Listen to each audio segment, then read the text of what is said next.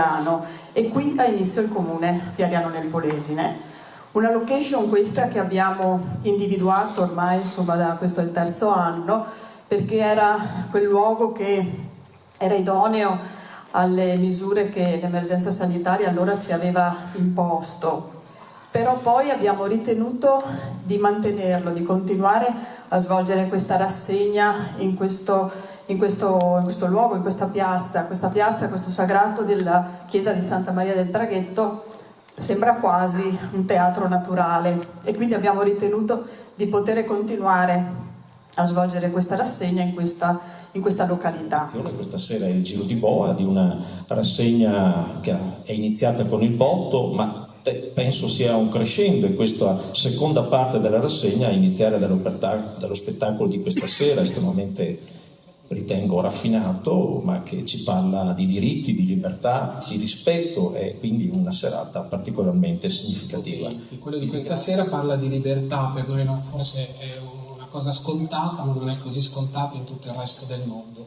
E a questa impotenza il teatro riesce a dare una forma, una risposta, e riesce a dare anche una forza, e lo spettacolo di questa sera va un po' in questa direzione. Siamo particolarmente contenti e felici di presentare con Roberta Di Mario al pianoforte, con le musiche originali composte dalla stessa Di Mario, e con Cinzia Spanò il reading musicale di questa sera, che è Leggere Lolita a Teheran. Buonasera a tutti.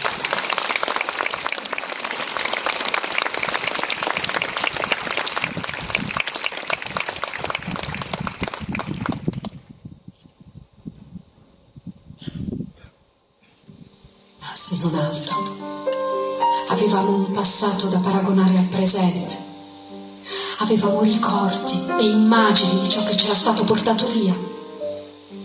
Le mie ragazze, invece, parlavano sempre di baci rubati di film che non avevano mai visto e del vento che non avevano mai sentito sulla pelle.